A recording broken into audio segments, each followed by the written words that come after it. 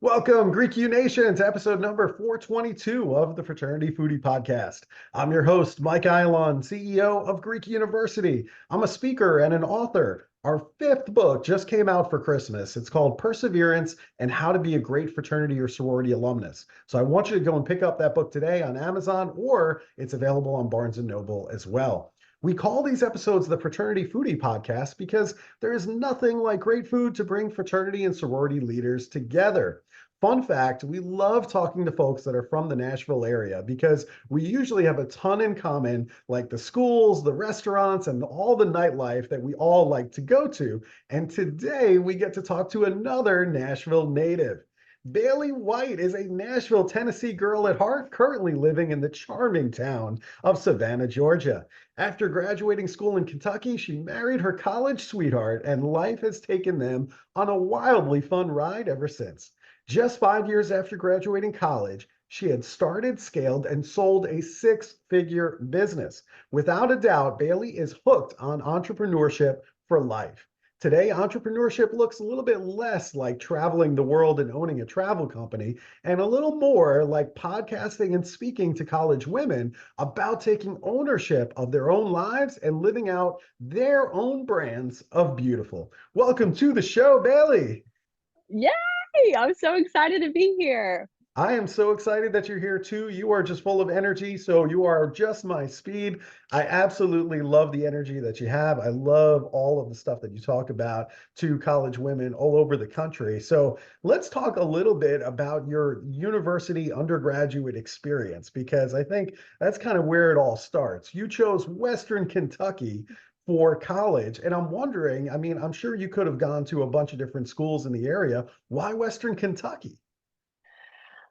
Great question. So you live in Franklin, Yeah. Tennessee, which is my hometown. And so you are well aware that at the end of every summer, all those graduated seniors and all of those college students, they pack up their bags and where do they go? They go to Knoxville, Tennessee. And I Yes. know that nothing would have made my dad happier. Like, I was raised a Vols fan. I still wear orange on Saturdays, but I just wanted something different for my college experience. I just did. And I didn't really want to go to like through rush with all the girls from high school. I didn't want to fall into the same friend group. I loved my friend group from high school. I had an amazing high school experience, but I just wanted something different. And I also wanted to feel like I was going out of state. Now, Bowling Green, Kentucky is where Western is, and that's actually closer to Nashville than it is Knoxville. But there was something in my like 18-year-old brain that was like, no, but this is an out of state experience. Plus, Williamson County gets in-state tuition, or at least they did when I was in school at Western Kentucky. And if I'm honest with myself, it's a little bit smaller than UT. It's a lot bit smaller than UT. And I think that a school the size of UT would have swallowed me. Yeah. At the end of the day, my honest personality down to my core, I like a smaller setting. I just do. And Western's smaller. The campus is super cute. And it was just more my speed. And I'm super happy with my decision. I loved my experience at Western. I made lifelong friends there. I met my husband there. I learned a lot. It was a good time. I loved Western. Yeah. It obviously worked out well for you. So there's really no regrets. But yeah, I'm kind of shocked you didn't end up at UTK. Like, I would have pegged you for UTK all the way, and you go to I Western know. Kentucky. Yeah, you would have thought. That's great. I love that story. And you also chose Alpha Delta Pi as your sorority at Western Kentucky. So what made you want to join Alpha Delta Pi over other organizations on campus? Well, because they're the first and the finest, obviously. No, I'm just kidding. I was actually one of those girls that had a hard time going through rush because, like, at the end of each night when you're making your selections, I was always like the last one to turn in my paper, and I like overthought it all, and I didn't really even know what I was getting into as far as like sororities were concerned. If I had gone to UT, I probably wouldn't even have rushed. But at Western, it's a smaller school. It felt like more like, I don't know, I felt like I could do it. And I loved everybody that I talked to. And so I just like had a hard time with like, making selections. And it came down obviously to pref night. And I prepped 80 Pi and Chi Omega. They're both amazing chapters, Western's campus. And I ended up just having a really good conversation with the girl that turned out to be my big, who turned out to be my maid of honor in my wedding. And she's still a presence in my life today, somebody that I look up to and like share life with. So that's why, I mean, it comes down to relationship, right? Which is like what a sorority is all about.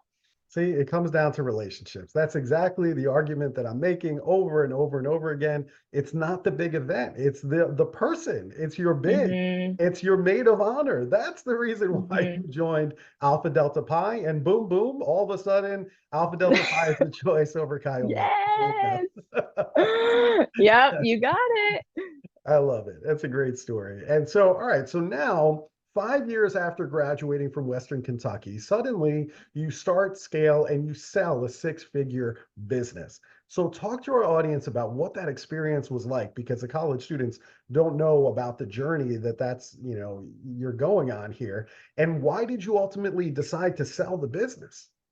Yeah, so overall, best experience ever. I mean, my first business, my first baby, it was a luxury travel agency. Yes, travel agents still exist. It is the best thing in the entire world, but I won't get on that soapbox. But starting that business was one of the most impactful things I've ever done in my life. I grew up around entrepreneurs. My parents were entrepreneurs in a couple different capacities, aunts and uncles, grandparents. So I studied public relations. I didn't study business, but like I got my MBA by osmosis, like before I even went to school. And I knew that I was drawn to like that lifestyle of an entrepreneur, but I didn't know what that was going to look like. And that might look like 10 different ways for the rest of my life. I mean, entrepreneurship is something that I love so much. But right after I graduated school, I lucked my way into the travel industry. And like 5 years from the start, I had started my business and I scaled it. We grew to a team of 15 amazing women who like really just like collectively we all made the brand that was my travel business. We were all young, we were like boss babing it around the world together, we were having the time of our lives. We grew a celebrity clientele, which was just like an entrepreneur's like bucket list check mark, like just to work with these types of people and influencers and professional athletes and just all kinds of people. And then we were like recognized in big media outlets, like quoted in Forbes and a whole story on BuzzFeed and other travel industry media. So like so much fun was had. And then the pandemic happens and we survive the pandemic. Like we make it through. That's not why I got out of the travel industry. It wasn't because my business was a failure. It was actually a great success. And I loved it a lot.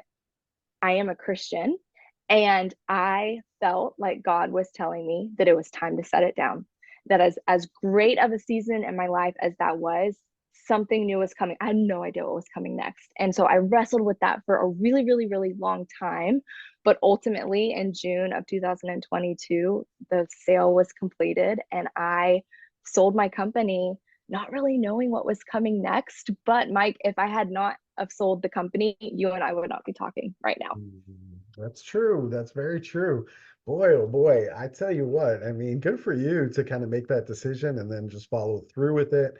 And now you get to open up a new chapter, and only you, and like you said, God can really point you in those directions. You just need to be paying attention to the signs and what you're feeling. Mm-hmm. And Yeah. good for you on making that decision and then starting this new chapter. It's brave. I mean, you obviously knew the business very well at that point.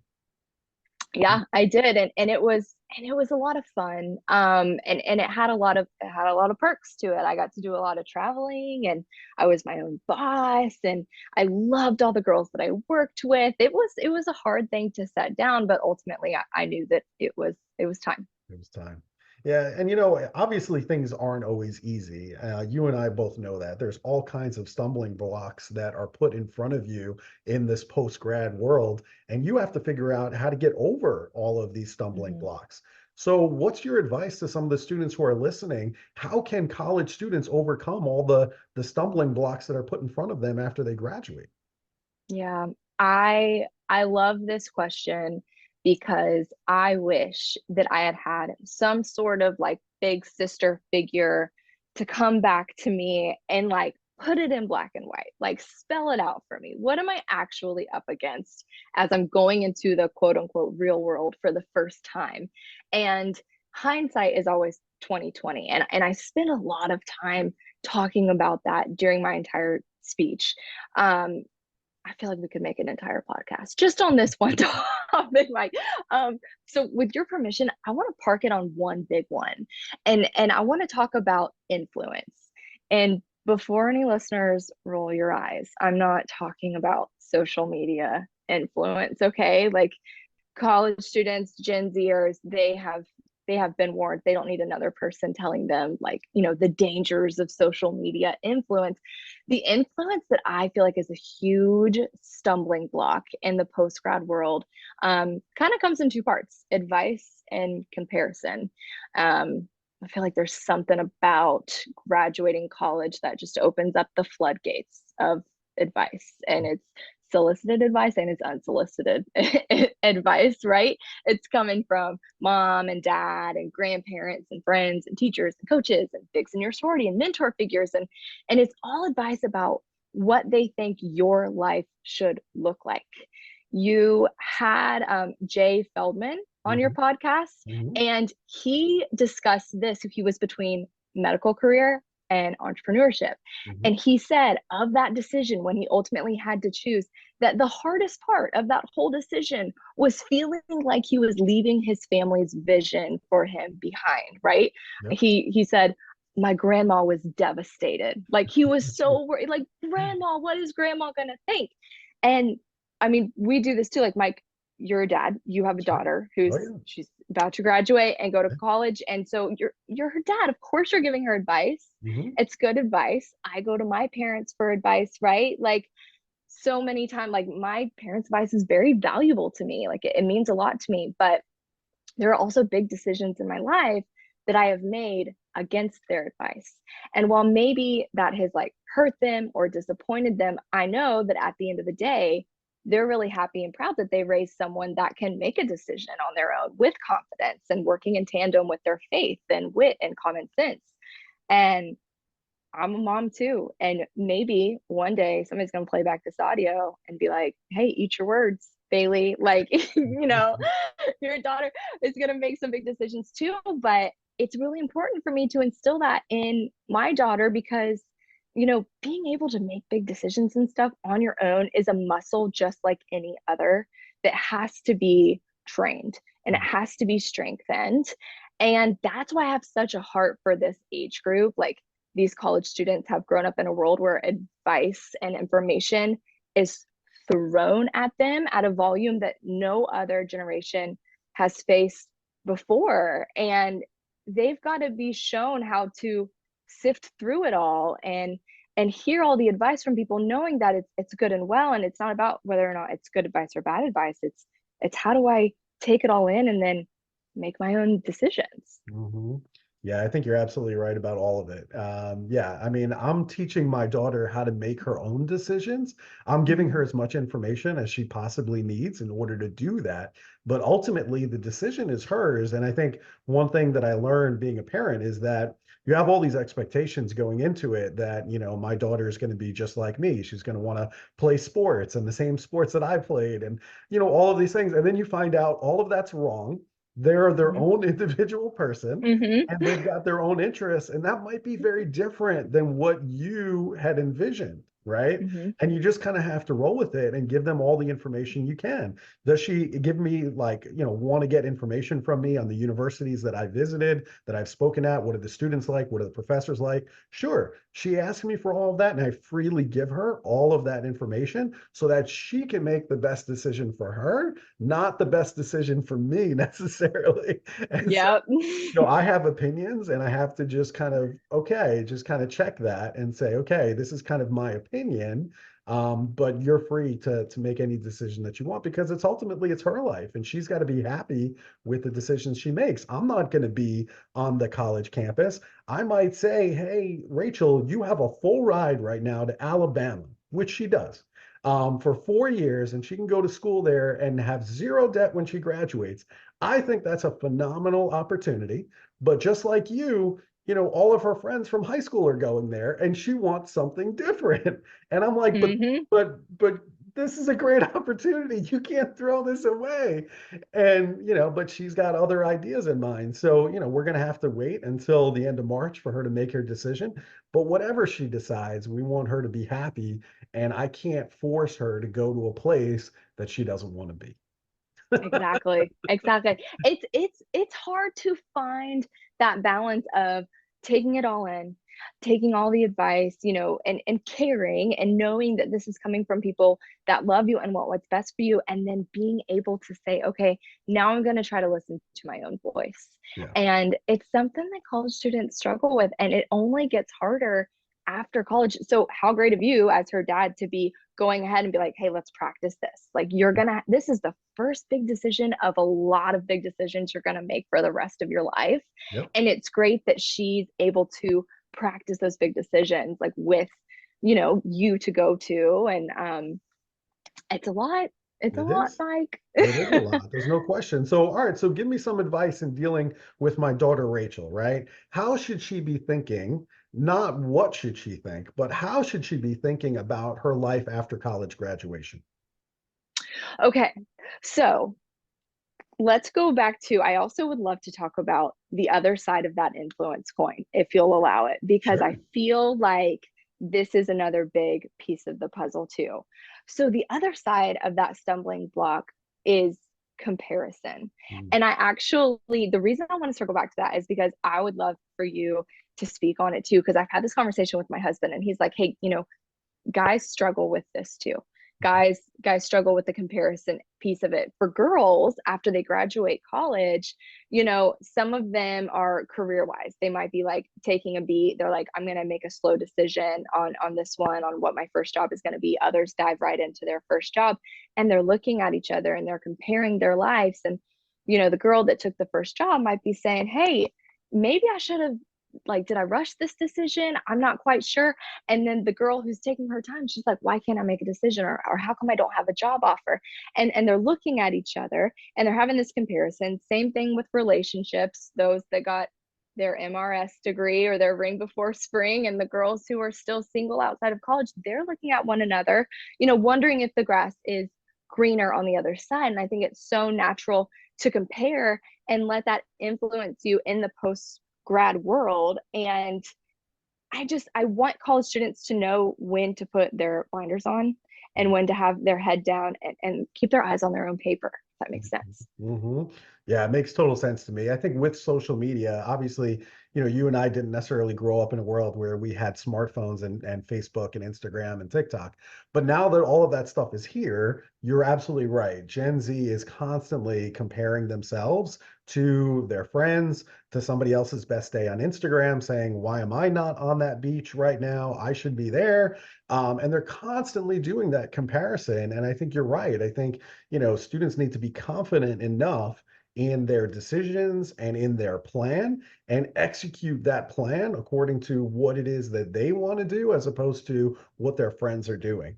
And so, but that's hard, right? I mean, luckily my daughter is like super independent. I love that about her. Like she's got her Mm-hmm. own path, and when everybody else is going to the right, she's going to go to the left. Okay.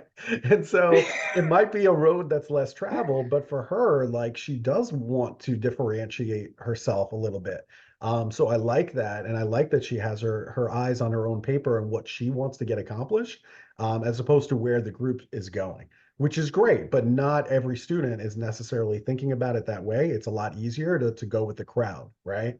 And we even see that, in politics today. I mean, it's a lot easier to go with the crowd than to stand up and say, hey, like there's something here that we need to talk about, and it's Mm-hmm. not being discussed, right? So I think that that's all really important conversations, and I agree with you. I think students really need to focus in on what their plan is and execute that plan, as opposed to always looking at over the fence and saying, well, what are my friends doing?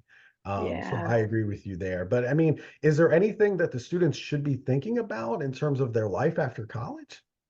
Yeah. I mean, exactly what you said, talking about social media and the influence and the comparison and then the news and the politics. There's a lot that this generation is consuming on a daily basis.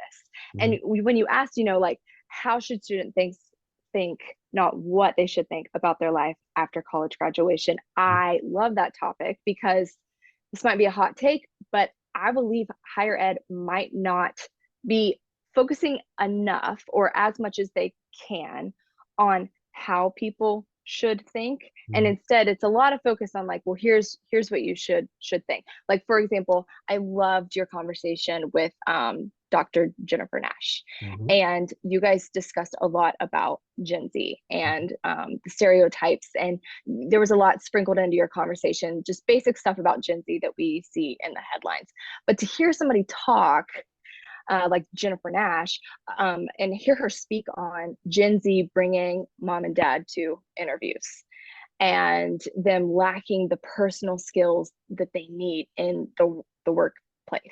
I read a Fortune article that came across my desk, that more than 60% of companies are having to bring in workforce etiquette classes to their employees in 2024. And this is not just Gen Z. I mean, this started, like, I think when I was in college, like, this problem started to happen. And I think what it boils down to is a lack of ability of how to think. It's like these students are entering into the real world and they're lacking the confidence. They're feeling like mommy and daddy have to come to the job interview. They're not able to make eye contact with people. They don't have the people skills to get through a normal work day, and none of that comes from not knowing what to think. That comes from being told for their entire lives what to think. Mhm. And it kind of goes back to the advice and the influence that we talked about earlier. It's not, about whether or not what you're thinking is right or wrong. It's the lack of ability to just like digest everything that is being spit at you and come out on the other side with a fully baked thought of their own. So, in a world where we have all this information that we could ever possibly need at our fingertips at all hours of the day, I love to challenge the college women that I speak to sharpen those skills of critical thinking and just put value on how to think, not what to think, as they're entering into the adult world. I'm totally with you. Yeah, those critical thinking skills, that's exactly what I'm trying to impart to my own children. And I hope that that's what the professors are also trying to impart. Let's not tell them what to think. Let's show them how to think. Here's the research. Here's how you can develop that as opposed to Mm-hmm. what you should be thinking. Mm-hmm. And so I love all of that. The other thing that I've also realized too, just in looking at Instagram and a lot of like the sorority accounts, I mean, everybody has their own brand. I mean, you can see it on Instagram in terms of like the Mm-hmm. style, in terms of the colors. Like everybody has their own brand, and they also expect that you're going to know what their brand is, by the way, when we're talking about recruitment and other things, right? So now you speak to college women about taking ownership of their own lives, living out their own brands of beautiful. What is a brand of beautiful? I love that you asked me. Okay, so brand of beautiful is basically a term that I coined as I was writing out my speech for college women. Mhm. So, Mike, I want you to think about how many brands you come in contact with on a day-to-day basis. You just rattled off, a great example, but also like going to the grocery store, like food, Mhm. drinks, Mhm. or clothes, products, businesses, podcasts. We are living in a time where between culture and society and advertising and influencers, we are constantly being told and sold what the best of the best is, like what the top rated is. And, there's reports are showing that like in 2023, it was like between 350 to 375 billion with a B dollars went into branded advertising in the United States alone. So if like that much money and resources goes into branding, it's important, right? And like, I'm a creative, I'm a business lover, like I love a brand, don't get me wrong, but I will never forget one of my first internships as a college student. It was a PR agency, and there was a guy, he was a fellow intern in my class, very smart dude. He was stressing out about his personal brand. And I mean, for weeks, this is all we heard this guy talk about. What font best reflects me as a whole person? What color schemes? What tone of voice do I need to be using in my emails and my personal text messages even need to match? And what social platforms am I on? What am I not on? And I remember having a very weird feeling about it all. Like somehow the emphasis and the importance of your personal brand was like getting a little off track. It was becoming too powerful. Like we've lost touch with where we should be placing so much value on in the human experience. And between social media and culture for all of us, but like you said, especially college students, the perception of the person has suddenly become almost seemingly more important than the actual person itself.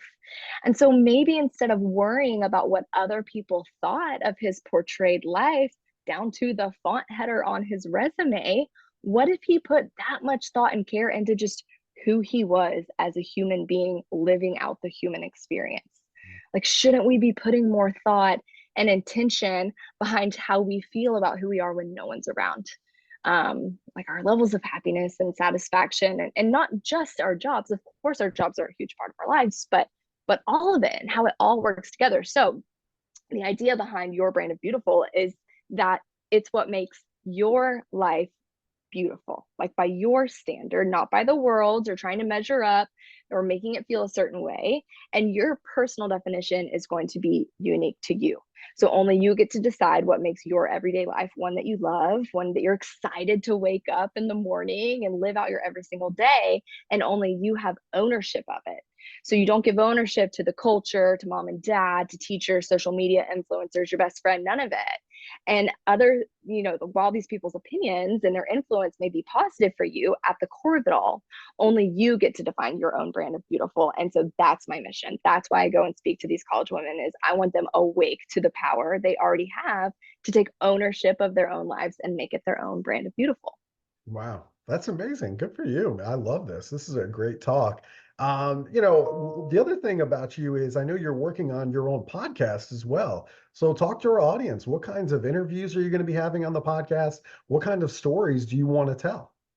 Yeah. So my podcast is launching end of April, end of March, beginning of April, somewhere in there. So come follow along on Instagram, LinkedIn, on my website, email community, all of that.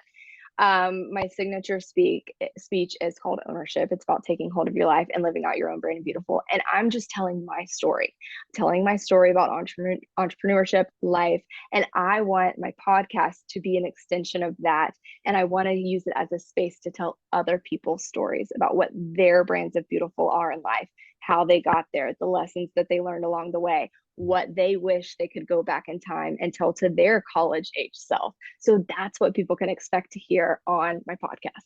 Wow, sounds like the perfect podcast for me to listen to, because you and I mean, we have so much in common, and I think we're, getting into this podcast realm for the same reasons. It's really to give students the information and the resources they need, but also kind of giving it to your younger self. Like, what a great opportunity this would be to have this podcast around when we were in college, and to be able to listen to all of these entrepreneurs and leaders about their journey and see what we can learn from it. And if it helps like one person who's listening on the podcast, then it was all worth it, right?